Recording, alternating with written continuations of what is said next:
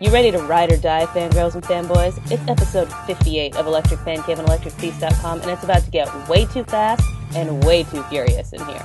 We live this podcast life a quarter mile at a time, so we're going to start with our rankings of the best and worst installments of the franchise. We're going to discuss the jaw rule decision that changed Chris Ludacris Bridges' life. We'll remember the guy who jump-started puberty for many a girl our age, Paul Walker, and we will freak out about Furious 7. So grab yourself a tuna sandwich and a can of NOS. This moment, we own it. Oh, that was like the most perfect opening in the history of time. I'm gonna cry. Oh, good. I'm so glad. When I sent it over, I was like, I hope Kristen doesn't have to like correct me or anything like that. Like, You didn't send it over to me, so don't worry about it. Oh, I did, but maybe Facebook was stupid. Anyway, yes, So good, so good, you guys. this happened. Okay, let's get some things out of the way just so people know. Some administrative issues here. We will talk about that Netflix roulette movie. We're saving it for the end, you guys, because today is about Fast and Furious. Because we saw Furious 7, obviously. And our lives have been changed forever. Yeah. So. I have been changed for good. And so we saw this, and we need to talk about it and process, and just talk about Fast and Furious in general. I feel like it's just, we've never done a fully themed episode before. Yeah, correct. So this is our chance to do that. So, FYI, that's how it's going to go down. We'll do Netflix roulette, but at the end, so anyone who's just listening because they want to hear people fangirl out about Fast and Furious, they don't have to listen to us talk about Barefoot. It's a little bit of a change of pace. And the other thing is that we're going to try to keep it mostly Furious 7 unspoilery until the end. When we talk about Furious 7, we're going to spoil the heck out of it. So if that is a problem, once we get there, turn back. Don't listen anymore because there's no way to contain it. We have to get these feelings out, you guys. We really do have to get them out. Happy Rex Manning Day, by the way. Heyo. Heyo. To all of those out there, Empire Records fans and whatnot, like myself.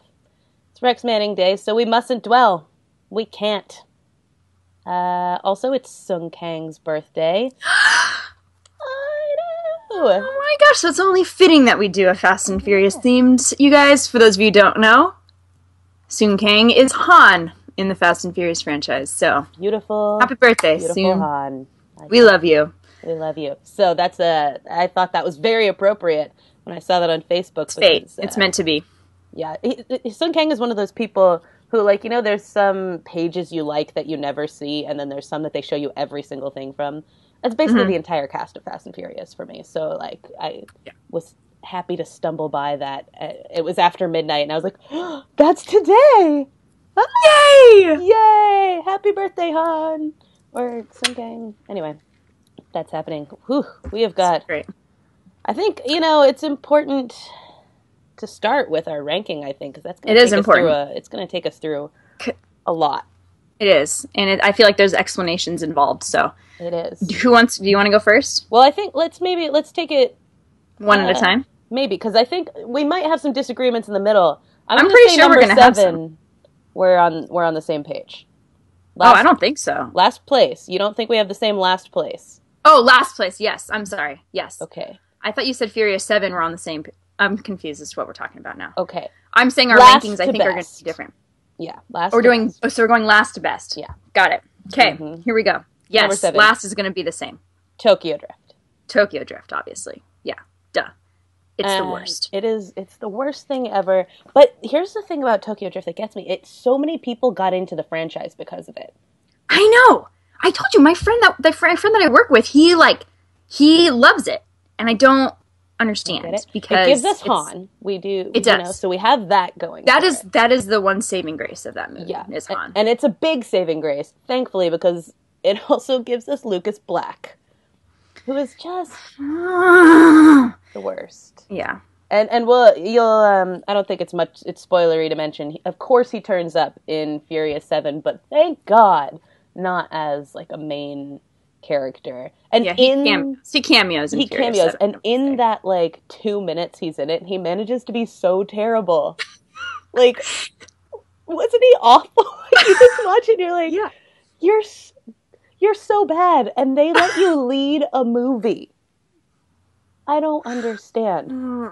But here's the other thing we have to say for Tokyo Drift is that it becomes important once you do hit Furious 6, or Fast 6, I mean. Yeah. So it's terrible to watch. It's unpleasant. Yeah, it's just not great. But you're right, and it does, and actually the one thing I do really enjoy about it is how they messed so much with the timeline for these films. Like, you watch Tokyo Drift and you're like, okay, whatever, and then you go to watch the fourth one and you're like, wait, what is happening? And I'm like so confused, and you don't really understand what's happening until you obviously kind of have to figure it out, but then you get to the sixth one and you're like, oh! I mean, it just all kind of comes together, and I thought it was really creative and cool the way that it ended up working out pretty well. So. I mean, that's the cool thing. For those who are, fans of the franchise and everything, when you're watching along with it, there is a lot that all of a sudden feels very unexplained, and things happen, and you're like, that doesn't make any sense, and I don't know. I feel like I'm not worried about spoiling 1 through 6. What do you think, Laddie? I'm not. This is one of those things where it's like, if you haven't seen it by now, then... Yeah, then, And I don't think they're going to listen to a Fast and Furious retrospective if they haven't seen at least 1 through 6. Yeah. Or some of them. So, anyway. But yeah, so Tokyo Drift ends up then, like, in this timeline being in a completely different place than we think it is. Which works fine anyway, because, I mean, Tokyo Drift is, like, so only tangentially related to Fast and Furious in the first place. It's true. And Go ahead. It is, and it's really just more of, like, I don't know. Whatever. It's a car movie that says Fast and Furious on it, essentially. Yeah. We're trying to bank on the name. I don't know. I'm just kidding. But anyway, so Tokyo Drift, and I think this is like the second time we've ranted about this movie, so. Yeah, but this is our retrospective, so we get to rant about it as much as we want. We can say and repeat whatever we want, gosh darn it. Because we ran this. Yeah, so great. Okay, so then what's your 6? My 6th is Too Fast, Too Furious. Really? Okay. Mm-hmm. Fair enough. Why? What's yours? Well, okay, why? I said mine is Fast and Furious. I know. Oh, okay. Yeah, okay. Okay. I did, honestly, and it's not because I don't like Too Fast, Too Furious, because I really like it a lot, actually. It was mainly just because I like some of the other ones a little bit better than it. And for me, it's like, it's only got two of the... I mean, yes, we get Tej in it, or you're introduced to Tej, and then, we're introduced to Roman, and so you kind of get those things going. But for me, it's like, but you're missing, like... You're still missing Vin Diesel, and you're still missing Letty. You know what I mean? And so for me, that was the only thing where I'm like, as far as rankings go, I'm like, it's not, I like a little of, not that I dislike it, I guess. I'm sorry, I'm having a hard time talking this morning. It's not that I dislike it, it's just there's a couple of the other ones that I like a little bit better, and so it fell there. But it does not mean by any means that it's like, oh, it's barely better than Fast and Tokyo Drift. Like, that's not it at all. But I do actually really like it a lot. Just for me, it's like, oh, it's missing some of like my favorite characters, and anyway. But I still really do love it, and Roman is like so good in it. Oh yeah, here's my thing about it. And he has that scene where he does. Sorry, no, go ahead. The part where he's when what's his face.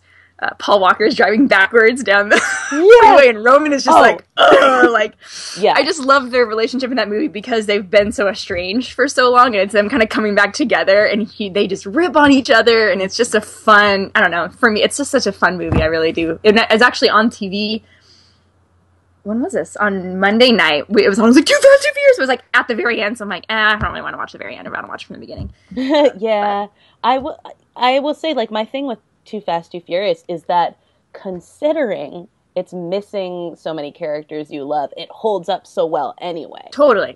Totally it's so much fun. It changes the vibe because, I mean, there is, when in The Fast and the Furious, the first one, like, Brian and Dom are, like, in such, like, a weird, like, sort of rivalry position, and, like, a lot of basically Dom's entire posse doesn't like Brian, and there's all this stuff going on.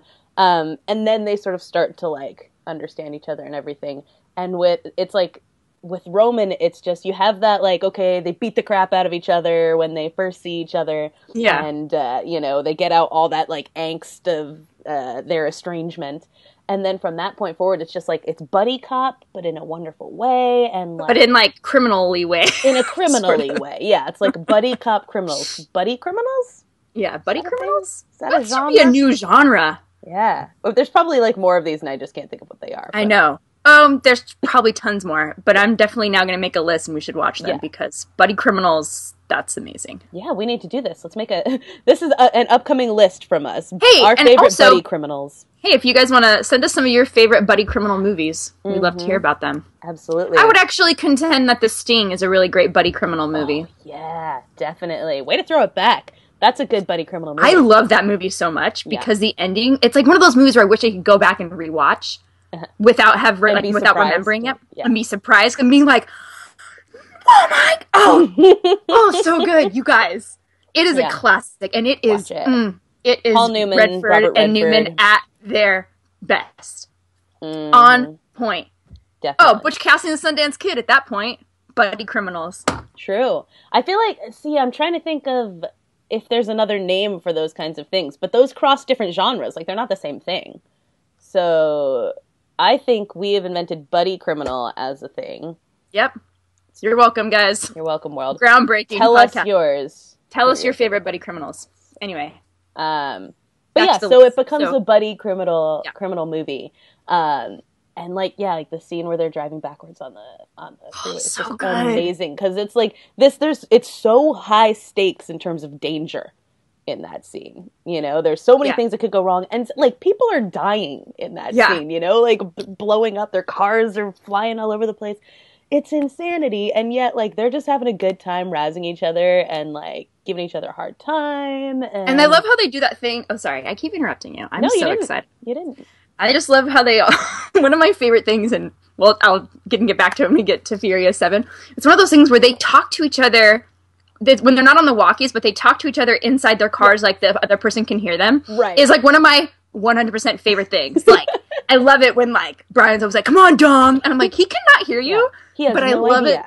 He has no idea what's. Oh my gosh, it's my favorite. And or it's like when Dom's like, "Still a buster," and I'm like, "Oh my god, I love it so much." There's something Shakespearean about the way they do this. It's just so great. It's so great. And so this one has that like a lot because Roman is just like done with Brian and he's just going off. But it's so funny. Yeah.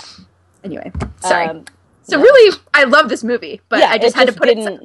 Didn't get as high up on your list. I had a really hard time with this list. I do want to put that out there. Like, I'm not even really sure where I've landed is where I'm going to land, but I'm like, I got to put something together. So this is where it is, and it was really difficult for me. Other than putting Tokyo Drift last, the rest were very fluid over the past week. So, well, just want to put that out there. Yeah, and mine was Fast and Furious. I just feel like it's one of those ones that I watch it when it's on TV all the time, but it's just, I don't know, for me there's not that special, I don't know, the special brand of humor that goes with Fast and Furious. It's just not memorable enough. It feels like a rehash in a lot of ways of things, like rehashes of feuds and all stuff that I'm like, I could kind of, I don't know, I could do without. So for me it's just sort of like it's lackluster to me. It doesn't feel like it has the full force of the feud. It is, I would say it's one of the more serious ones. Yeah.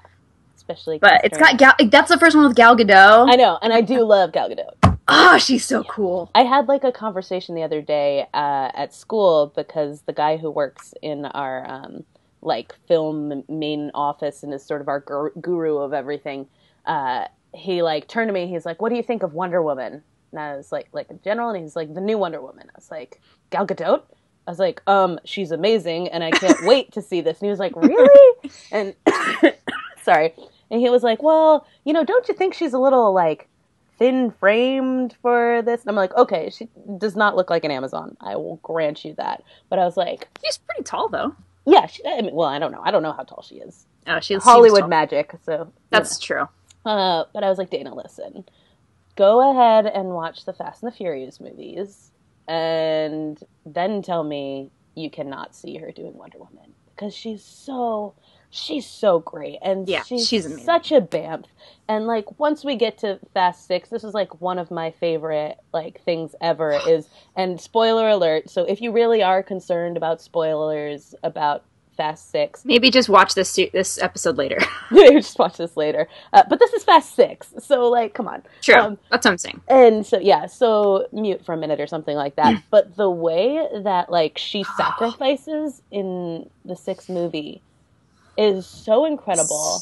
I mean, I just, like, for one thing, I cried. But it was like a mix of, like, crying and also just wanting to, like, be like, ah! Because it's so... And this is one of the things that's so incredible about Fast and the Furious, is that they're, like, not concerned with, like, gender roles and who's supposed to do what and all this kind of stuff. And so I likened this to it being, like, you know, instead of Jack drowning in Titanic, this being Rose drowning, you know? Because it's always that the guy is supposed to sacrifice for the woman and all this kind of stuff. And she goes down in a blaze of glory to save Han. And it's so beautiful and so sad. Yeah, all of that.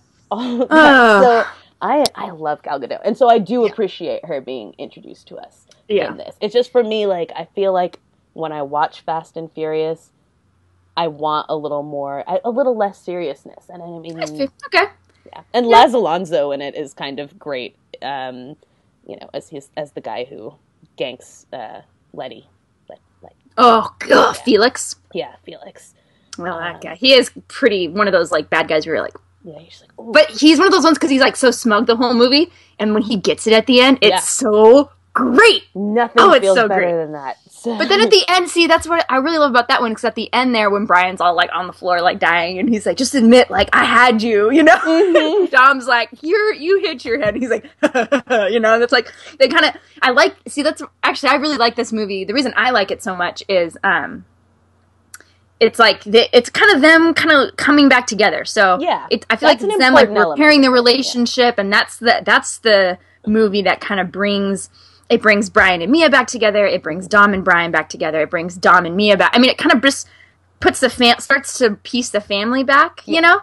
And so I like that because it's just, I don't know. Yeah. I don't know. I just feel like if there's a somber one, I feel like they do it in a good way where it's like, hey, but this is, you know, and they're all grieving over Letty, and it's like you even see Brian, like, I don't know, and that theme of losing Letty, how that comes back, and I mean, that's one of the most important things that happens in the franchise. Totally.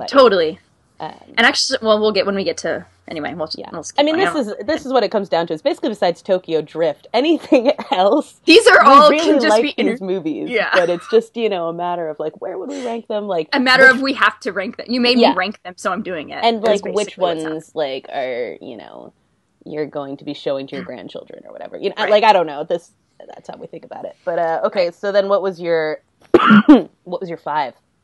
So no, wait. That was 6, so then... Right? Oh, I'm sorry. It's so confusing when you're doing the way you're doing it. I understand how we're doing it, but it's still really hard for me. Okay, so my 5 was... Yeah, I know. My 5 was Fast and Furious. Oh, okay. There we go. Mine was Fast 5. Really? Yes. Wow. Partly because it's on too much. And so I think, like, I've had too much time to sort of, like, think about it. I don't know. I can't remember why. I had a really crazy justification for it, and I should have written it down. But we'll suffice it this way. I like all the other ones that I put ahead of it better.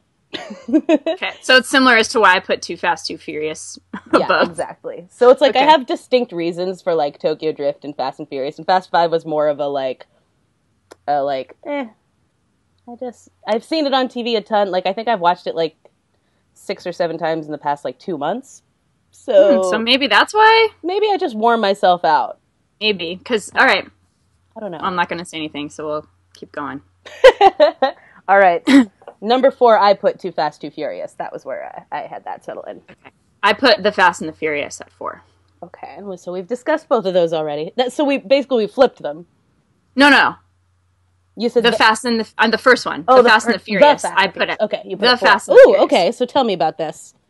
So, honestly, again, it's one of those things where I'm like, I really struggled with this list. It was really hard for me.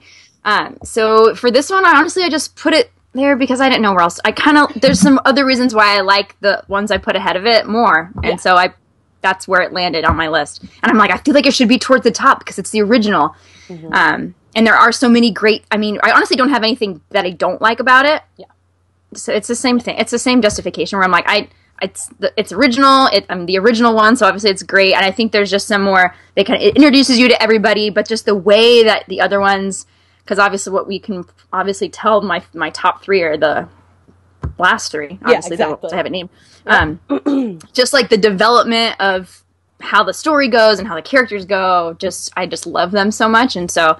But I mean, the original is the original, and so of course I love it, and it introduces you to this world of like made me want to. I'm like, I want to drive fast cars now. I don't, it's like I want to do all these things. I want to steal DVD players. Like I don't know. Just like, why not? Go to town. So. Yeah. I mean, so to tell you, for me, the Fast and Furious, I put it 3. So we're at 3. So we're close on that one. And yeah, I think you're right. Like, it's sort of it's like it kickstarts everything. It's the reason we've been watching these for over a decade and all that kind of stuff. And there's like so many lines in it, like that I quote like regularly. I just found a great. Have you ever seen those Rage Wolf memes? So it's like an angry looking wolf, and it's just like yelling usually. Well, someone made one of these. People listening will probably know what we're talking about. It's like one of those Rage Wolf memes, and it says like, bull, asshole, no one likes the tuna here, which is one of my favorite lines like in any movie ever. Yeah. And so there's like so many things I'm like constantly referencing from that. Yeah. And like every time I see that one guy, I call him Jesse and everything. It's been like 15 years and I call him Jesse. That is true. Whenever he shows up in something. Yeah, he's like one of those, like the scene where he gets shot is like, it's up there like with Randy in Scream 2 getting killed, where it's just like, I'm just never over it. I'm like, I can't, didn't deserve to go, and you're just like, no, why? He's just so smart, and you're like, I love that scene where he's like talking, and the computer always kills me in that scene when they're like talking about what they're gonna do to the car. Yeah. And Brian's like, dude, you should have gone to like MIT, whatever. And he's just like, I know, this is just the only thing that I got. Like, I can never be in class. I can never do that stuff. Like, this is just it. And it's one of those things for me that really always kind of breaks my heart about education. Yeah. And this is going to get way deep and off topic here. Sorry. No, you have to get deep with Fast and the Furious. I know. So it's just one of those things that that scene always breaks my heart, because I'm like, this guy didn't fit into the molds of education that we place for people. Yeah. So he, like he said, like, he's like, I could never really do that, but I've always engines were always really easy. This stuff was always really easy for me.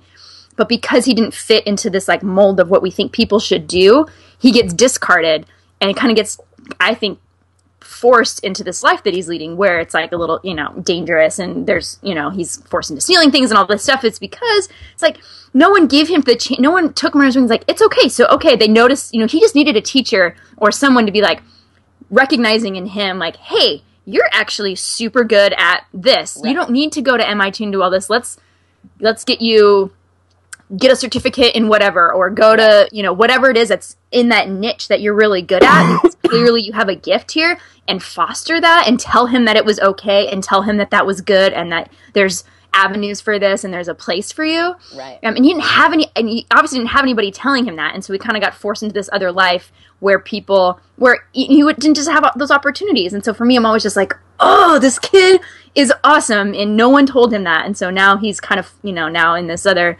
sort of avenue, and ends up ending so traumatically. But and this is, so that's kind of one of the things that's so magic about Fast and the Furious, because we can talk about, the crazy explosions, the funny lines, all that kind of stuff, but there's also this commentary on race and class that is so involved in Fast and Furious, and I've written on it, my friend Matt Thomas has written on it, which is the greatest. The first time I was ever, as far as I know, quoted in a scholarly journal was him in a journal talking about Fast and Furious, referencing one of my articles about Fast and Furious.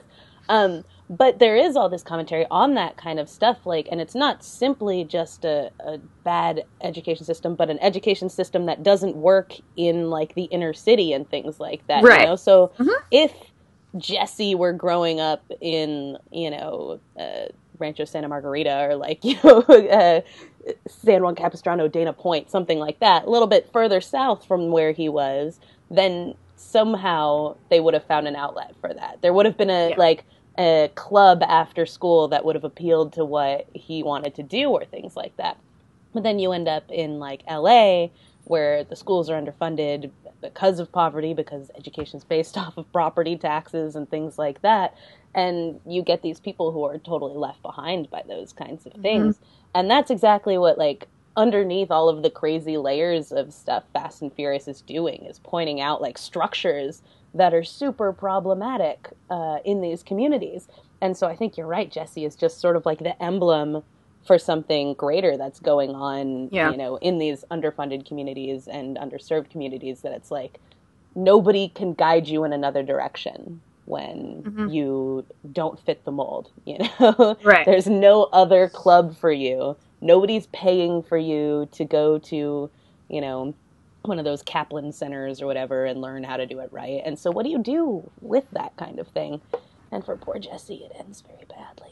Yeah, and it's just, yeah, I know, you're right, and it is, it's just sad. And that's almost one of the more, I think that's even adds into, and you already said too, it's like, that kind of adds into the, like, tragedy of his death, if you're just like, I'm looking at him like, he has so much potential. Yeah. This guy has so much potential, and I'm thinking, even now, like, thinking over the movies, like, what if he had survived? Like, what if he hadn't died? Like, where...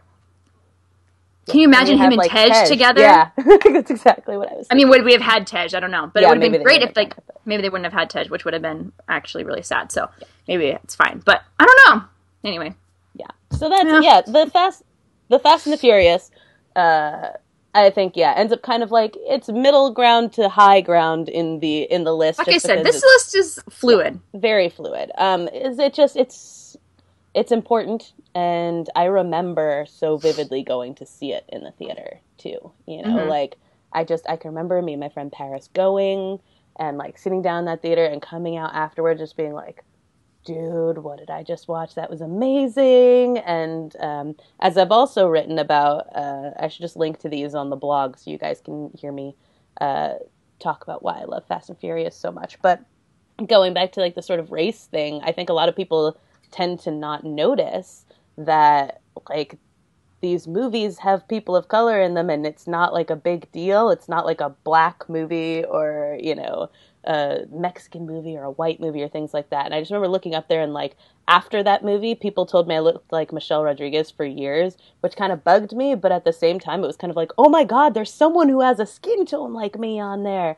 What? And so I just remember the feeling of coming out of that and being like, dude, like they can make movies that have people like me in them and they're awesome. And also Paul Walker can make out with a girl who is ambiguous raced. You know? It's like, I love everything about this. You know? So good. And I was such a huge Paul Walker fan. We'll get to that, but yeah, okay. But to move on, so then number 3. Wait, what was your number 4? My number 4 was Too Fast, Too Furious. Okay. And then my number 3 was The Fast and the Furious. Okay. And then now my number 3? Yeah. Okay, my number 3 is Furious 7. Your number 3 is Furious 7. Uh-huh. Okay.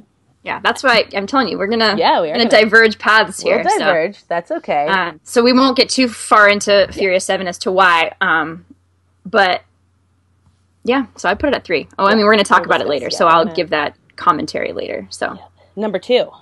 What was your 3? It was The Fast and the Furious. Oh gosh, okay. Yeah. Number 2 is Fast and Furious 6. Yes, we are of the same accord there. Yes. Yeah. Because, well, for a lot of the reasons we were just talking about. But I mean, I think Fast 6 sort of, like, in a way that even the other ones didn't do, mainstream Fast and Furious. Like, they've all been wildly successful. That's why there are this many of them. But Fast 6, like, really just, like, hit people in the right way and was, like, all the mix of the comedy, the action, the heartfelt stuff, and it came together in this cohesive way that really just, like, it just worked. You know? It's just good. Yep. Good. There's really no other way to describe it other than that. Yeah. It's just really good. It's just fantastic. It's so good. Yeah. And so does that mean your number 1 is Fast 5? My number 1 is Fast 5. Ooh, all right. Explain it to me. So, there's so many things that I love about it. So for one, I love the idea. So I love I love how it opens, right? And they break Dom out, and they're on the run, and they're in Brazil, and the opening is one of, I think, the best of all the openings. Yeah, it's pretty epic, right? And so then they're on the train, and they've hooked up with oh my god, what's his name? I'm having a huge brain fart. Yeah, no, sorry, I can't help you. You know who I'm talking about from the first movie. Yeah, I know, but I can't help you with like his name. Okay, I'm like trying to. No, we're pathetic. That's okay. We call ourselves Sans. Anyways, hook up with him. It's that, and it's the first one with Hobbs, and he is like Vince. Was his name Vince? Yes, that's it. Yeah, Vince. It's the first one with Hobbs, who's like on point as being just ridiculous and over the top, and he's just so sweaty the whole movie, and I find that so fascinating. I cannot figure out. Since you pointed that out, I can't unsee it. Like every time I watch sweaty. It now. I mean, he's like riding in a car and he's dripping with sweat. I'm like, what? It's not that hot because no one else is sweating as much. It's because of your size. I don't know. Yeah, it's just permanent. Yeah, it's just like a permanent state of sweat, which I just find fascinating. I think Roman kind of really comes into. He has like one of my favorite lines of the whole movie when they're like going to rip off the police station. He's like, "This just went from Mission Impossible to Mission and freaking Sanity." Like me and my brother use that all of the time about anything that's going on in life. I like it because it's this mix of. And I love like that part of like you would never ever let them get in the cars, and you're like when they get in the cars, and that scene when they're all racing the police cars together, and it's like Brian thinks he finally won, and they're like, dude, he blade off the throttle at the end. He's like, no, he didn't, and he's like all bummed, and it's this mix of it's like a criminal, it kind of has a little bit of Ocean's 11 feel. Okay, yeah, but like that. Lowbrow Ocean's 11. Yeah, and I love that, and I mean even to the point where it's like they do that almost like not double cross, but the kind of that you think that they've lost all the money, but really they didn't lose all the money, and there's so many things that I love. I love that part where it's like you find out Mia's pregnant, and Brian's like it's kind of that real talk where he's like, dude, my dad just wasn't around, like I don't know, you know what I mean? That whole scene comes in, and Dom is like being really fatherly and is like, dude, like you're gonna be great because I'm gonna be there because you got all this stuff, and and you still see them struggling with the loss of Letty, and Dom trying to he sort of moves on but not really, but both him and I know her name's Elsa Patake, but whatever. So Mrs. Hemsworth. How you're supposed to pronounce that? Patake? Yeah, I thought it was Patake. Like Helga from Hey Arnold. Yeah. That's how I've been saying it. Okay, but yeah, Mrs. Thor. So Mrs. Thor.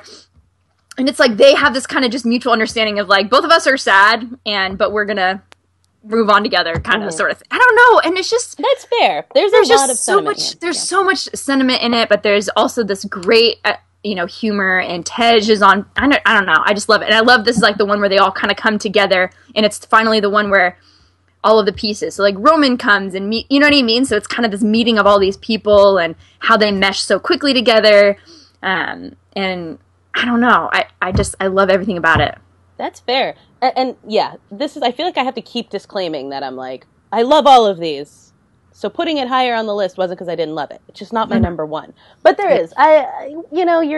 You make some good points here about what is so, I don't know. It brings all the pieces sort of together. It brings all of the pieces together. Like, and it's really fun. Emotional notes, characters, all this kind of stuff. And it's still good. And it's one of the ones where it's like, I feel like 4 and below in numerical order. So 1, 2, 3, 4 are pretty realistic in like the stunts and stuff. Yeah. Like they're not complete. Like 5 starts being when it's like gets batty. Ridiculous. Yeah, like this could never happen. Like when they're yanking that safe out of the wall and like through the thing, and then, oh my gosh, come on! When Roman pretends to uses Brian's ID, and he's like, it's a tan, like a tan. And oh my god, it's just so wonderful, and I love it. I love the story. I love the jokes. I love. Oh, and it has one of my favorite parts. Anytime someone talks about Brazil, I always do they like lure Hobbs kind of to the street race. Yeah. And they're sitting there and he's like, you're under arrest. He's like, this is Brazil. And I'm like, it is Brazil. What? And it's like so good. Oh, and I love that scene when him and Brian go to get a car and they like pull up and both of them look at each other and Dom's like, home sweet home, you know, and they just like laugh and get out of the car, and I'm like, I love it. I love everything about it. Yeah. I'm gonna chalk up my apathy towards it to just watching it too much lately. Probably I'll give you that. Because, you know, with your fresh enthusiasm, I feel like I'm getting it back. And it's just, like, it's literally on TV just about every day. And if it's not on TV in English, it's on TV in Spanish. And so I have watched this multilingually so many times. See, it's a good thing I don't have TV, so I only watch it. Yeah, there you go. Every once in a while. And when I watch it, I'm like, yep. Because I always, like, I used to go back and forth, and every time I watch it, I'm like, no, I think this one is my favorite. That's really this is fair. it. And I really like it, too, because Mia is, like, in it. You know, like, it's one of the ones where she's, like, driving cars. She's very rarely... She's, like, helping them with the heist. So, she's not, like... in 6 and 7, she's, like, with the baby, and then she's gone. Just home. You're like, what? Yeah. Anyway. Yeah, so that's the ranking, I think. And did I say, obviously, that Furious 7... Obviously. Okay. I wasn't sure if I said it or just assumed, like, clearly that was the only one that was left on the list. But Furious 7 is my number one. So let's quickly, before we keep going on, before we move on to that, too, let's talk about this article that went around about Ja Rule. You remember Ja Rule? Oh, of course I remember Ja Rule, because I was stoked when he was in the movie. I'm like, Ja Rule! Well, this was the funny thing. So this article is about John Singleton basically saying why Ja Rule doesn't come back to the franchise. And one of the things that keeps being pointed out in this is that, like, Ja Rule was huge. He was, like, the biggest rapper in the world at the time. Yeah. And, like, I remember him being everywhere and everything, like, in the back of my mind, but it's been so long since he was in the public eye that, like, that sounds ridiculous to me. I'm like, was he really that popular? Yeah.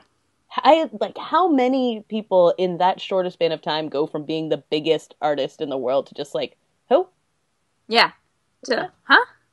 It's weird. Yeah. So in this article, because he's such a big deal at the time, essentially, like, he didn't want to be in the movie for, like, it was not a ton of money in, like, celebrity standards, but I still feel like it was a good amount that they offered him. And he was like, nah, I'm trying to be a serious actor. That's not enough. And, when he was saying, I guess he had talked to Vin, and if Vin wasn't in it, then he's like, And, like, the thing is, so, like, his character what was the movie? The first one. The first Fast and the Furious. In the Fast and the Furious. When you keep saying all of the names, it's really hard. Really confusing. I know.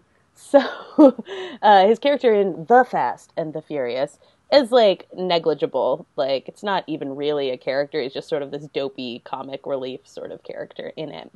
And so it's kind of weird to get all, like, oh, I need to be bigger than this or whatever.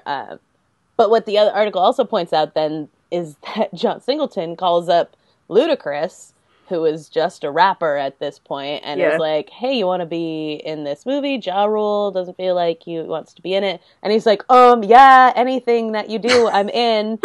And, like, now Ludacris is Ludacris. Yeah. Well, and I love it, too, because John Singleton just made it sound like he's like, never even met this guy before. Basically cold called him out of the blue and was like, hey, I'm John Singleton. I made Fast and the Furious. I'm going to make another one. You want to be in it? And he's like, it's like, what? I know. That's kind of was my favorite part about it, was the fact that he just, like, he's like, I'd heard of him and he seemed like a cool guy, so I called him, and then he ended up being cool, you know? Can you just imagine, like, if you're Ludacris, what that would be like, getting that call, like... Right? When you're, like, not really, like, dude, yeah. And that would be, like, someone calling us and being like, hey, we have this thing we want you to be in, and we'd be like, yep. Totally, yes, whatever you want, absolutely. Do it. Please, definitely. Yes, please, whatever. Yeah, great, awesome. You don't have to pay me anything. I'll just be there in the morning. Can I bring you coffee? Just feed me. Can you just feed us? Like, is there food? Is there gonna be one of those tables with all the snacks on it? Because then I'm for sure in. I am so in. Totally there. Oh, man. Yeah, that's just so... That's a great part of the story. And that, like, John Singleton's like, me and Ja Rule joke about it now. Like, I still love the guy and things like that. But what a huge impact that had on Ludacris's career. And... I don't know why Ja Rule's career failed. Like, I couldn't explain it. No. It's just one of those things. He just disappeared. Mm-hmm. I don't know. I feel like I'd have to go back and trace. Like, did he stop? Did he make more albums? Did he? Yeah. Like, I have no idea. But then Ludacris is in Crash, and he is in the Fast and Furious movies, and all kinds of things. And it's like, essentially, you kind of take him seriously. You do. Well, and actually, did you see the interview that he did with Ludacris was on Seth Meyers? Did you see that? No, I didn't. So he's on Seth Meyers, and he's talking about his character and how he's like, I just want to kick some, Yeah. But they never let me because he's like the tech guy, Oh, so, yeah. And so he's like, every movie, I'm like, hey, can I, this movie? And they're like, no, you can't, no. And he's like, so finally, he was like working with some trainer guy doing fighting stuff, and the guy's like, and so he goes again to the director's like, this time can I? He's like, dude, if you can give me like a video of you, if I don't know what you can do, So he's like, okay, so he like puts together this scene with his martial arts teacher, and he shows it to the director, and he shows it to Vin Diesel, and both of them are like, you're pretty, okay, yes, you can this movie. That's awesome! Like, yeah, like, finally got his chance, and he does in Furious 7, gets this really cool scene. But That's so funny, because when it happened in Furious 7, I was like, what's happening? That was awesome! And it was, like, so quick, and it was like he didn't even break a sweat, and I love Ramsey's face, too. She's like, just like, oh. Get it! Yeah, so good. That so is good. Great. So we get that as well. So that's a funny article that was going around this week. I'll link to it on the blog, and you can see the sad tale of how Edwin lost out and Tej reigned supreme in Fast and Furious, which I'm fully for. I think I'm fully for too. He's such a good character, and so much fun, and he just feels really, really a part of that team. I feel like if they kept Edwin as the character that he was, he wouldn't fit the team as well. No. And because Tej is a little bit more serious. And exactly. It's like, in a way, almost it's Tej and then also Roman, sort of like, because he's got that joking, like, too much over the top kind of thing. So it's like, they're a perfect complement. There would have been two Romans, and you can't. It would have been two Romans. There can only be one Roman. Yeah. And that is Tyrese. So. That is definitely Tyrese. I love that guy so much. He's just so endearing. Best Facebook on the internet. It is phenomenal. Anyway, we won't get into that. Yeah, it's great. But let's talk briefly also before we go into Furious 7 and spoil it. Paul Walker. Paul Walker, you guys. Walker. Kristen, your favorite Paul Walker roles? Ooh. Yeah, I know. That's rough. That's really rough. Aside from Brian, let's take Brian off the table. Take Brian off the table. I'm actually a really big fan of Into the Blue. Oh, that's right. I forgot about that. I know. And I love it because it's one of those. So I love underwater battles. Fun fact about me, because they add this like other layer of like, oh my gosh, are they going to run out of air before they win this battle? This is why I have trouble watching those, because I find I'm holding my breath the whole time. I'm like, you totally are, and it's like so. It just adds that other level of like, oh my gosh. So I love that movie. I'm unabashedly, I own it. I think it's the greatest thing ever. Like, he's so amazing in it, and I feel like he's so very Paul Walker in it, where it's like, he's like a beach Paul Walker role, because he like moves here and is like a beach, and I love it because Scott Conn, who I just think is wonderful, and I love him so much. He even shows them, he's like, look at this like beach, like you're such a bum, like here, and he's just like living the dream, lives in this crappy houseboat. Of course, Jessica Alba is like gorgeous and beautiful, and of course they're together. They're like almost too good looking. Yeah, like that's too much. It's too much. Like, come on, they could not ever procreate because they can't. No way, because their baby would probably break the world. Yeah. So. Anyway, so I really love that movie. I think it's super fun. Josh Brolin is like ridiculous in it, and as the bad guy. And I forgot about that. Wow. Oh man, it's been a while. I might have to borrow that from you and revisit the movie. I know it's a magical, and it's about treasure, like buried treasure. Which, come on, who doesn't love a movie about buried treasure? That's a really good point. There's not enough of those. There's just not, and so that is probably up there. And then obviously, like. She's All That is always because... Let me tell you, like, when I was in middle school, I called, like, everybody a badass Mama Jahamba because of Paul Walker in that movie. He was just so perfect. He was so broad in that movie. He he almost didn't look like him because he's so slender. Yeah, like the next time I saw him in something, it like took me a minute, and I was like, wait, that's Paul Walker. Yeah, like what's happened here? Huge football player in that other one. I mean, which was, I guess, was the soccer. I guess I was going to say it wasn't even That's right. Which is weird because usually soccer players are a little more slender. Yeah. So I mean, whatever. I mean, not that that's like totally beside the point. We're like giving that movie more credit than it needs. But well, She's All That is phenomenal. Oh, and you know what? Actually, I forgot. Sorry, it's still going. No, go ahead. You seem very excited. I forgot about 8 Below. Oh, the dog movie? Okay. Is that what that is? Yeah. It's just so great because the dogs are like his family, and he's so worried about them. Oh my gosh.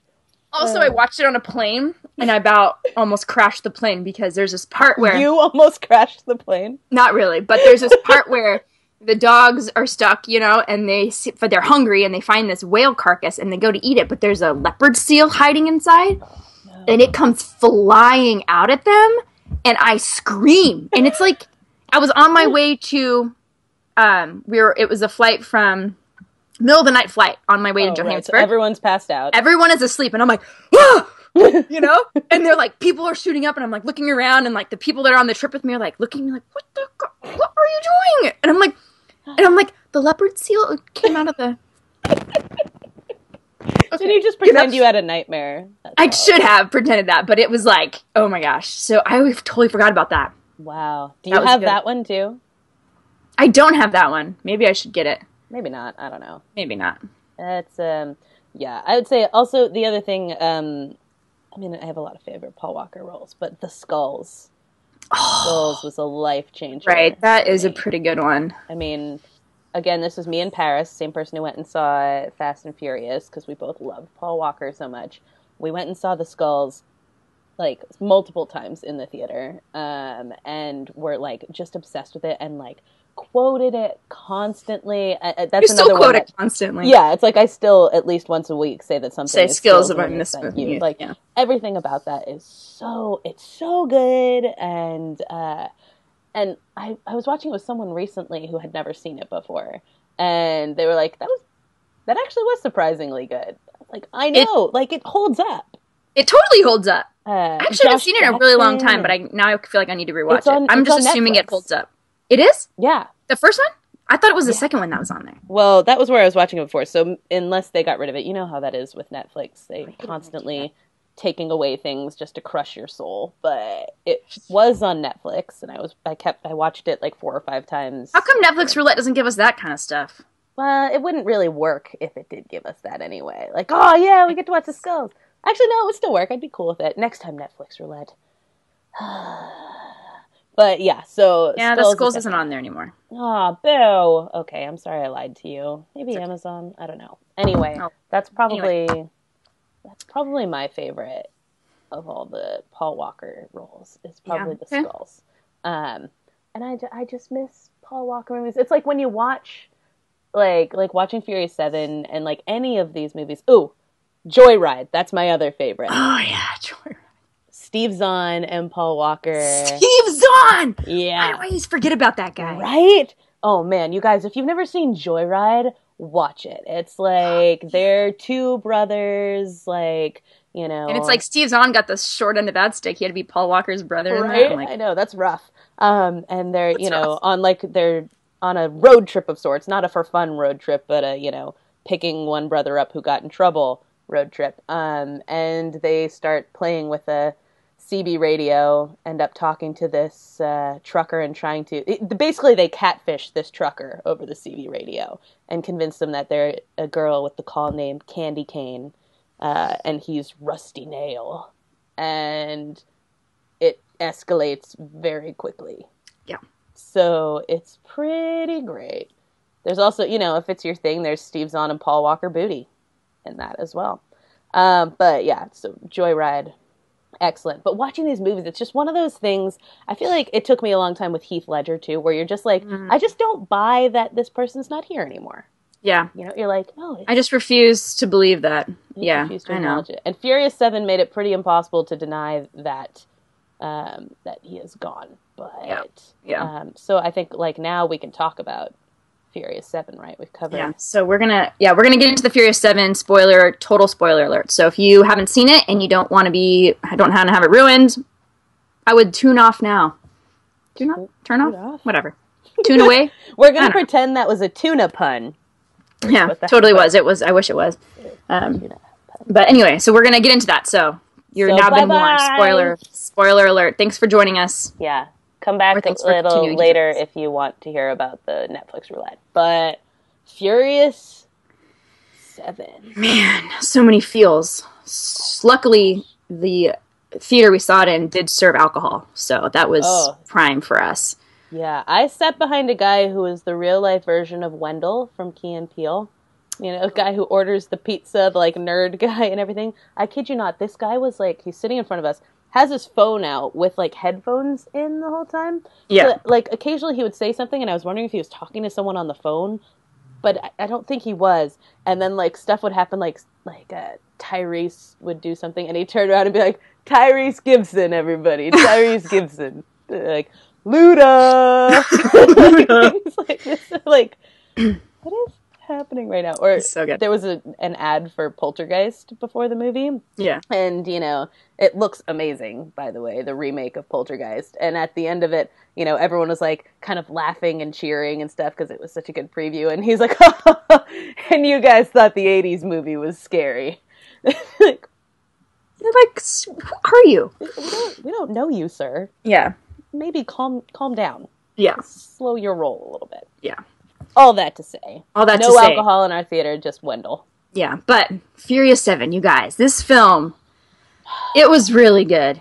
It exceeded all my expectations. It totally did, and it gave you everything you wanted, and I kind of had mentioned, as I was thinking about it on my way home from it, it was the perfect blend and balance of, like, complete ridiculousness, but also, like, tons of heart. Like, so much. And it was just the perfect balance of both of those things.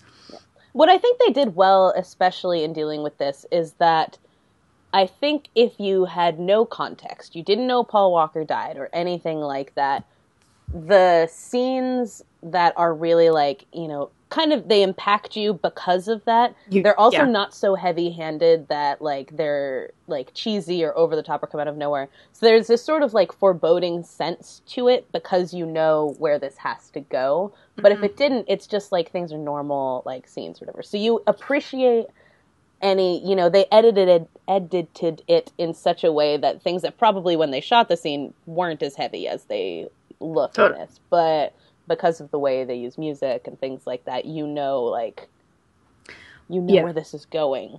Well, and there were even some things that were almost eerie because you knew, like, so there's actually at the very beginning when they're doing the funeral for Han. Yeah.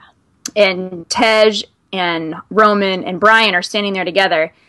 And Roman just kind of looks over at Brian. He's like, Brian, like, I'm sick and tired of going to funerals. Like, I don't want to go to any more funerals. And you're like, I'm, like, legit crying at this point. It's been, like, 5 minutes into the movie, and I'm, like, sobbing. And Brian just, and they're, you know, so everyone's pissed because they know by this point that he was murdered by Shaw. Yeah, Deckard Shaw. And so for me, and it's like, and so Brian's like, he's like, we just have one more funeral. And I'm like, oh my God, it's yours. No, Kristen, do you have, like, the steel box? It's probably all the versions. You have the Fast 6 DVD, right? Or Blu-ray or whatever. And so I screened Fast 6 during a film series last year. And it was, like, literally a week or two after Paul Walker died, just by pure happenstance.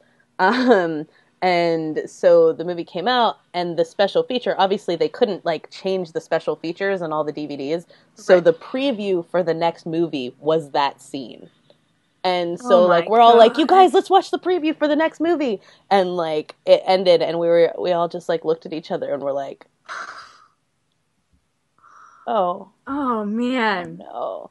It was rough. That was rough. When I was in it. I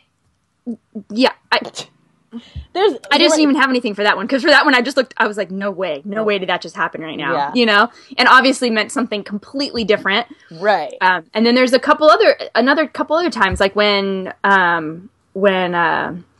Dom's talking to Mia and asks, like, because she's pregnant again and hasn't told Brian. And he's like, what did the buster say? You know, and she's like, well, I haven't told him there's time. And I'm like, there isn't any time, Mia. Any time. Even the whole, like, scene, so, I mean, at the end, and I don't know if somehow he makes a phone call to Mia, essentially saying he's gonna die. Yeah. And it's really, it's rough to watch. And I'm like, is there any way they could have done this later? Because it feels like the way that they do it. And I mean, in the film, he doesn't die, obviously. But the way that this is happening is like, basically he's like, if I don't call you in 24 hours, you know, take the kid and go move on with your life. And like she, you know, he says, you know, I love you, Mia. And she says back to him, like, don't say it like that. When you say that, it sounds like goodbye. And so, you know, he's, you know, says like, hug Jack for me or whatever. And then hangs up the phone and goes, I love you, Mia. Yeah. And it is goodbye, and I'm tearing up. Like, God. I'm crying now. Like, it was so... scenes like that, you're just like... It just rips at your heart. And oh my gosh. But then it also, like you said, is so bananas in other ways. So, obviously one of the greatest things that happens in this... Well, okay. I'm going to say my two favorite things. The obvious one is, I shouldn't even say two favorite things because I have so many as I think Just okay. Just say two things you really like. Two things I really like. The scene, obviously, with the cars going through each of the buildings. So, I mean, this is like everybody at their finest because, you guys, you have, for one thing, an epic all-female fight that happens just as this scene is happening. So, like, you know, Brian and Dom are trying to get this car out so they can, like, they're basically trying to get this chip out of this car, and it's not working, and they realize they're going to have to drive it out. Meanwhile, Letty is off, and she's been followed by, like, an army of women and the head of security, who is this huge woman. I assume she must be a wrestler or something. Yeah, it's Ronda Rousey. No, she's MMA. It's Ronda Rousey. MMA. She's, like, the champion of MMA, like... Okay. I was crazy. Like, I knew she had to be like the villain from the last one, you know. I was like, she has to be something because she's a terrible actress, but boy, can she fight. Yeah. And so, like, basically then, you know, the woman is like, I'm so glad you showed up. These parties bore me. And they have this amazing fight scene that's just incredible. Then, Tyrese, Roman is in the other room, and he's, like, he's trying to do his, like, you know... So bad. Distraction by being charming and, like, failing, but in the way that Roman does, that's still winning. Yeah. And then, like, Tej and Ramsey are in the other room, like, and this is, like, in this scene where Tej finally gets to be badass and, like, you know, kick some tail. And then they get the car out of this room, and they realize they're, like, you know... Wait, go back. My other favorite part is when they're in the room with the car when they see it. Brian is like, do you realize what this is? He's like, this is a, whatever, you know, names all this stuff. He's like, this guy is locked in a room? God, I want to punch him in the face. And they're, like, all bitter because they've, like, caged this animal in the car. Yeah, this crazy car, which then, like, he, like, lifts up. And I just love that. You got this? Just go. Just go. Okay, so sorry, keep going. So they get the car out of the room, but then, like, they're trying to figure out how do we get out of here from this point, because they're on, like, the bajillionth floor of this building, and, you know, he decides, like, all right, we're just going out the window. And in the beginning of it, you know, Paul Walker has taught his son that cars don't fly, and so, you know, Brian's like, cars don't fly. Cars don't fly. Cars don't fly. Cars don't fly. Go out the window, land in the next building, the brakes go out, then they're, like, spinning around this thing, they hit all of those Chinese statues, and I'm like, all these priceless artifacts, you know, and then the car keeps going, and then they have to, like, jump out of the cars, like they go flying through another window, they jump out, land on the edge of this building, like, barely holding on to it, and it's just like, Whoa! So good. So good. Insanity. It's so good. So that was amongst my favorite. Now I can't remember what the other one of my favorites I was going to say is. So here's my one that I'm going to say is a favorite as well. Was Kurt Russell. So he was on point. He finally, like, mostly he's just sort of like a suited up G-man type guy. He doesn't even have a name. He doesn't, does he? Mr. Nobody. That's how he's listed on IMDb. I forgot. So, yeah, he's just, like, this random sort of dude who's, like, in charge and, like, behind the operation. This whole thing, yeah. And he finally like gets into like one of their like fight scenes essentially. Yeah. With guns and explosions and all that kind of stuff. But it's like the lights go out in this room and all of a sudden he just like casually pulls sunglasses out, and like this was the greatest scene because it was so effective. It looked at that and I was like, why is he putting sunglasses on? It's dark. And then he just like yoink, and they're night vision, and he starts capping suckers. Like, but it's like one shot. He's like comes out from behind. He's like one boom, boom, not like just shooting. Recklessly. Not randomly, just like, hey, I see you, bam, tag you're it, whatever. And then he gets shot, and you're like, what?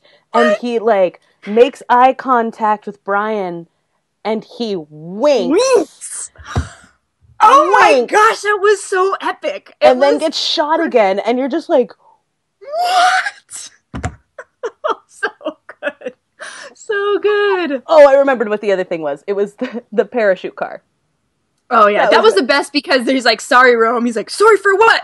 When they had like said it because they knew he was going to chicken out. They knew he was going to chicken out, and it's so gold. Yeah. That whole thing is gold. And you're like, I'm thinking to myself, I'm like, how are they going to land on the road? There's no way. And like Roman, who was like so far past just everything about it. Like, and then you're like waiting for him to show up because he like is in the trees, and you're like, when is he going to show up? And then he shows up in the best way to back up Dom. Oh my gosh. And that part where Dom is like cornered and like the douchey military guy's like, oh, he's never gonna make it. Like the total like wet blanket the whole movie. Right. And he starts spinning around and creating that dirt cloud, and he just drives off the cliff and doesn't hit one tree. Nope. It's a miracle. Nope. Like he drives off of oh my gosh. It is just so good. So good. It is so good. Yeah. I loved everything about it. Yeah, and that's the thing, is it's like there's all these like exciting scenes to get like super like, whoa, crazy, awesome about, and then there's just like, there's those moments. I mean, this is really, it's so heavy in a lot of ways, and it's hard to tell how much of it is heavy because that's kind of the way the movie is, because if you think about it and you look at like 6 and 5, like Dom is sort of like a more somber character. He's like, he's always sort of like looking out for everybody. And he's always got a lot of these monologues that are very touching about family and whatnot. Because I was putting it as I was describing it the other day. It's like Brian is always talking about family and stuff, but it's usually in a like, go team sort of way. To pump you up and get you in it. Like, are we a family or are we not? Like that kind of thing. Are we doing this or are we not doing this? Exactly. Whereas Dom is more of the like, like seriously, like guys, let's bring it home. We love each other. Like we gotta look out for each other. It's the see. It goes back to 5 when he makes that speech and they're eating together and he's like, it will, like everything important in life will be the people in this room. And he's like, salute me, familia, and you're like, it's so good. And it's just, I'm telling you, you got to rethink 5. Yeah. Although the funny thing is, then like when he does say that the whole thing, like if you look around it, there's some people in there that you're like, they're not really all that important. But still, no, the sentiment is there. And regardless, so like in this, I don't know how much of it was like intentionally heavy after the fact, or if it was just it's Dom's character and things like that. So things are just really, weighty, and there's a lot of gravity to it. But I do think like with the ending, it just, I mean, that's 10 minutes of just like sobbing. Yeah. Oh yeah. 100%. And I think it was perfect. I think it was too, because I'm thinking that I mean, all I could think about for the past year and a half or whatever was like, how are they going to do this? Right. And they did it. I couldn't have written it better. Like there's just no, and so, they have this scene where and Roman's being Roman, and like, dude, come on, like appreciate the moment. And they just sit there and they each kind of get to say their goodbyes. Yeah, as they're watching Brian and Mia and Jack and play. Mia is pregnant. And they're on the beach and they're just playing together. They're kind of like, there he is, like now he's at home, like this is his family, this is kind of it for him, and and it's just so beautiful. And then when Dom gets up and they're like, you're not going to say goodbye, and he's like, oh, it's not really goodbye, this whole thing, and then the retrospective of all things Paul or Brian, and then just that part when he pulls up next to him and he does his signature the signature look over of like, what's like, up? You thought you were going to leave? You thought you were going to leave without saying goodbye, and just everything, and then that song, God, like it is. I mean, they really poured it on thick on that one, because when the song started playing, I'm like, forget it, I'm done. I can't. But it was, I think, it was poured on thick in a way that I think, like, because, okay, Fast 6 also has an ending that sort of has that, like, retrospective thing going on, right? So it's not completely out of the character of this film to look back over itself and see how this family has grown. So in that sense, it's, like, it's not weird. It's not an anomaly for it. It's just more focused on Brian and things like that. Yeah. So for, if you're just watching it, it's not out of character of the film, but if you're, like, attached to Brian, it, like, hits you in all these spots, and you're, like, seeing this, which is cathartic, obviously, for the makers of this film, too. Like, they didn't just put it in there for us. They put that in there for them. And so then when he, like, I honestly didn't expect that when he pulls up next to him. Yeah, me neither. In the car, and I don't know how they did that either. That was the CGI thing. That was one of his brothers. CGI. Well, his brother is the body. So they used so that's how they did it in those other scenes as well, where you see it and you're like, oh, it looks kind of weird. You're like, that's not him. Right, This was the most obvious, like, not obvious, it was the one where you're like, because the other ones where they use his brothers and stuff like that, it's more like, is it not? Yeah. And honestly, like, I was surprised, because when they said they CGI'd it, I'm thinking, like, I went immediately to Tron, that did a terrible job with that. And Although I'd say with Tron it was kind of intentional, because he was, like, inside a game, so he was supposed to not quite be right. Okay, maybe, but it was still really bad, and so fair enough. I think they did a really good job. Like, you honestly kind of, you were like, oh wait, is that no? It's, you know what I mean. And so it took you a second, but so for this one, and for this one, you knew it had to not be him, because it's obvious. This clearly was a new scene that they'd rewritten, obviously, because he was gone. So.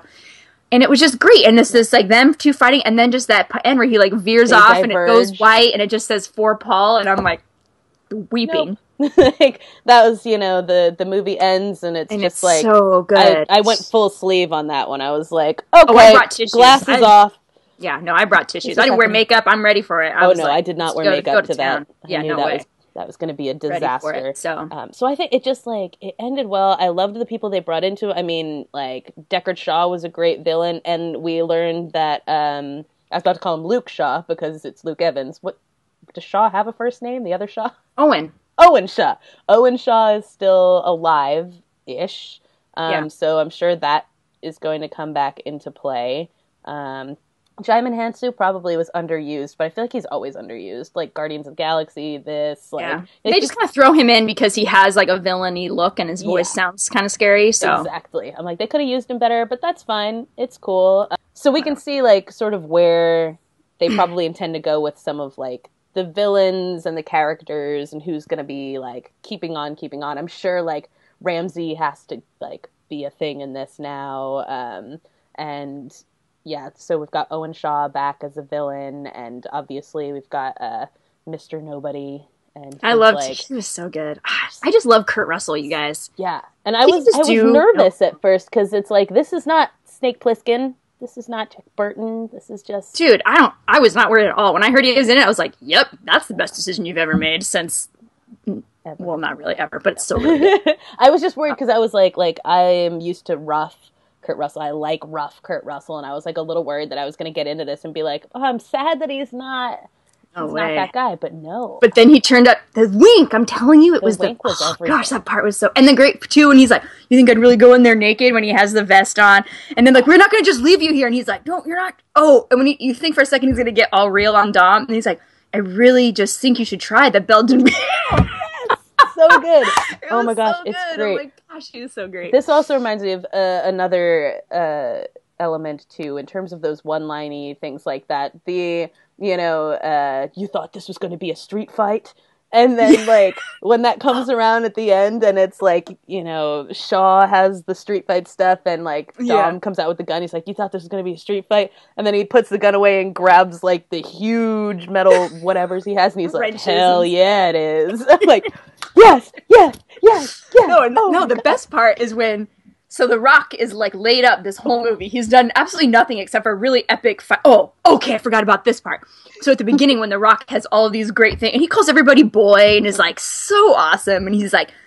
Anyway, the whole part where he's, like, having that little part with Shaw at the very beginning when he breaks in, and it's just beautiful. Yeah. And then he freaking pulled rock bottom on the guy. Me and my brother were like, rock bottom! Like, boom, to the table, and we were like, yes! Like, it was so good. Okay, but Then jump to the end where he's like lying in bed and his daughter's sitting there and he's like sees the explosion, the internet lights go out, and he's like stands up and he's like, Daddy's got to go to work, and he simply flexes his arm and the cast breaks off, and you're like, what? This is the best thing, because the whole time I keep waiting. I'm like, he's got to show up, right? Yeah, he's got to show up. Like, and then when Letty and Ramsey are kind of stuck in that, and they're like, oh, we don't have any backup, and he just comes in the ambulance and he pulls the gun off the thing. Oh man! Oh, it was so good. And he's like walking around with it, and I'm like, then he walks up and he's shooting down the helicopter, and it's just so it looks good. like it weighs about 1,000 pounds, and he's just like, oh my god! Gosh, I love him. His character is one of my. He's got some of the best lines in the whole movie. Hobbs is always incredible. You guys just see it. Do yourself a favor. If you watch this segment and haven't seen it, I don't know what's wrong with you. Yeah. But you should really watch it. And we look forward to hearing your feedback. We've heard from some people who have already seen it who really liked it. And so, we recommend it, you guys. It's so good. It's perfect end of the franchise. Perfect. Yeah. So thanks for listening to our Fast and Furious retrospective. Thank you. Thanks for indulging us in our craziness. Yeah, let us know if you agree, disagree with our rankings, what yours are. If you want to defend Tokyo Drift, go ahead and do that. And we want to know about your buddy criminal favorites in honor of Fast and Furious. We should quickly talk about a movie Netflix that was not nearly as good to watch. Yeah. I don't know. The funny thing is, so for Netflix Roulette, we spun the wheel and fate gave us Barefoot, starring Scott Speedman, a.k.a. the other Scott from Felicity, and Evan Rachel Wood. And I think because Code Red, the Rubicon conspiracy, was so bad, everyone gave this a lot of leeway. Okay. Go ahead. Yeah, no, people kept saying it wasn't as bad as they thought it was going to be. Yeah, Melanie even liked it. Yeah. It wasn't as bad as I thought it was going to be for me. For me, it was more of like, I can't even compare it with Code Red Rubicon Conspiracy, because Code Red Rubicon Conspiracy was almost good again because it was so terrible. Around. It circled back around. This never circled back around. It was just kind of like generic and... Yeah, same thing. I'm like, okay, if he had been giving patients alcohol, they would have fired his ass. He would not have been, I don't know, so there's just... so much wrong with the basic premise of this. And one of the things that, the only reason this movie can get away with all the things he does wrong with this patient is that, Evan Rachel Wood isn't really playing anyone who's in any way mentally ill. She's just, quirky. Yeah, she was just sheltered. She's just sheltered. And so... it feels, and although maybe somewhat emotionally abused. Right. Well, and that's the thing is she's supposed to be there's supposed to be things wrong with her, but she doesn't play it like that. And I just I don't believe Evan Rachel Wood. Maybe that's because of who she really is, but it really feels like anyone just oh, I'm playing someone who doesn't know anything about anything. Imagine, the difference between something like her playing this quirky character who is sheltered versus, Ellie Kemper as Kimmy Schmidt, you know? Mm-hmm. She just feels like such a character. She put absolutely no work into, developing this character at all. She was just oh, so she just doesn't know stuff? Yeah. Okay, I think that's what people like this would act like. Yeah. And... it's weird, but I mean, so Melanie Ray, for example, really loved Evan Rachel Wood in this. She said that she expresses all the feels I felt too awkward to say out loud, especially the fear of airplane toilets flushing. I am with you on that. That's the scariest thing in the world. Every time when I have to flush an airplane toilet, I put my fingers in my ears, and then the one that I have to use, I put my shoulder in my ear, and then I hit it. That. I think it's one of those things where I build it up in my head. I think it's going to be scarier than it is. It's opening Pillsbury things. Mm-hmm. I'm always oh, those do kind of scare me actually. Yeah, but scares the crap out of me. It's the anticipation. But I get that, Mel. I'm with you. She said in a weird roundabout sort of way, I found Evan's character sweet, kind of dorky, cute, and surprisingly relatable. And also unexpectedly deep, open, and vulnerable. So, she liked that, but she still only gave the movie 3 stars. So, that's not like an over-the-top endorsement. Like I said, I think we're giving a little extra leeway to this film because the other one was so bad.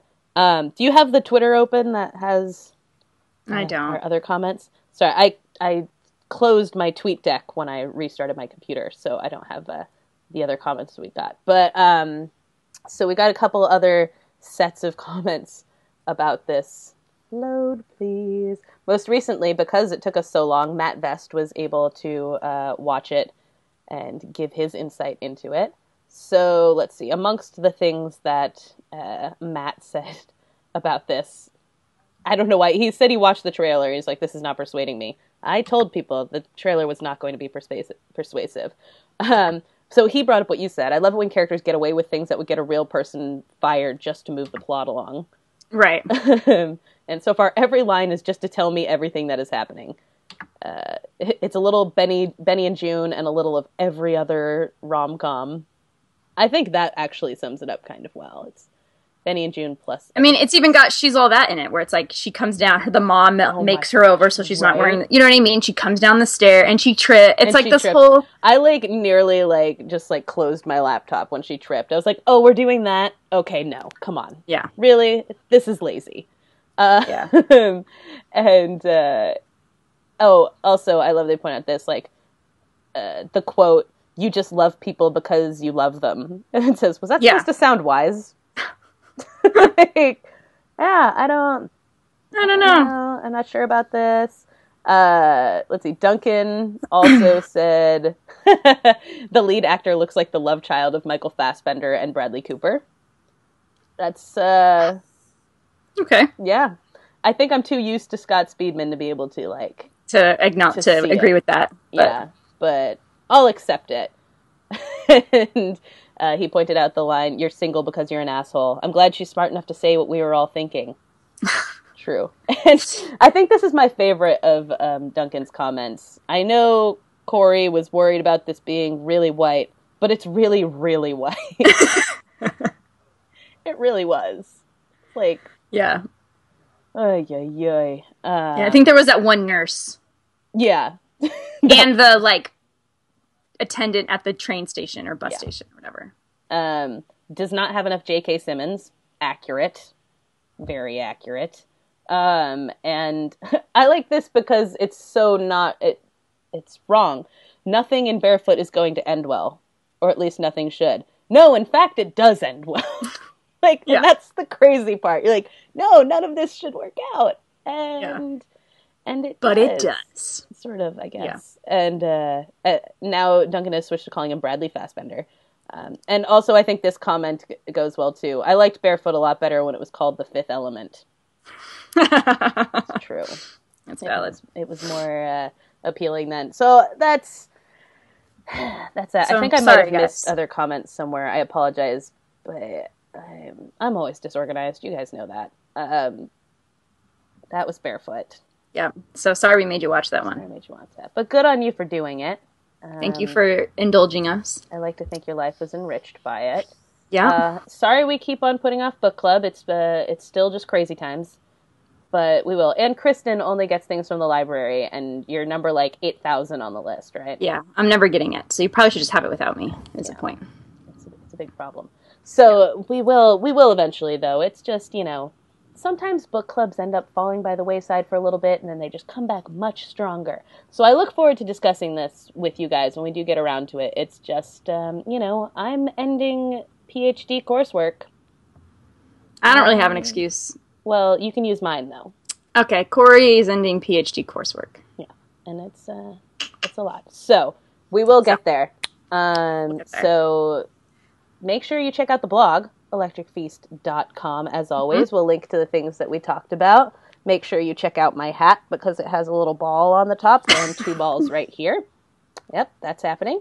And subscribe to us on iTunes and Stitcher and SoundCloud and anywhere that you happen to see us pop up. Personally, I have an affinity for the Podcast Addict app. That's where I listen to mine. So if you like listening to a lot of podcasts and you listen on your phone, Podcast Addict, great app, love it. So follow us everywhere. And on Twitter, at Electric Fan Cave, Facebook, Electric Fan Cave. Me, I'm at Nerds Rocket. Kristen is at Kristen_Lat. Yeah, we want to hear from you. So yeah, chat us up. and tell us what you think about Furious 7 when you see it. Is that it? That's it. All right, so for the Fan Cave this week, I'm Corrigan Vaughn. And I'm Kristen Latterell. Ride or die. Take it easy, kids. You know, I said I was making a pot of coffee. I went in there. I get everything ready, whatnot, turn it on, come back in here. I walk in and I'm like 5 minutes later, I'm like, what? Why is there just water in this thing? You didn't put any coffee in it? No. Better than that. Oh. It's not that I didn't put coffee in it. I didn't put the water in. So I poured the water in the, pot and started it. And so it was just, sitting there, Yep, that'll do it. Oh, that's not how you make coffee. And then I brought the empty mug in here, I was just going to drink, I was a lost boy. And I was just going to imagine I was drinking coffee the whole time. No, you gotta do what you gotta do. Ay, ay, ay, ay, ay.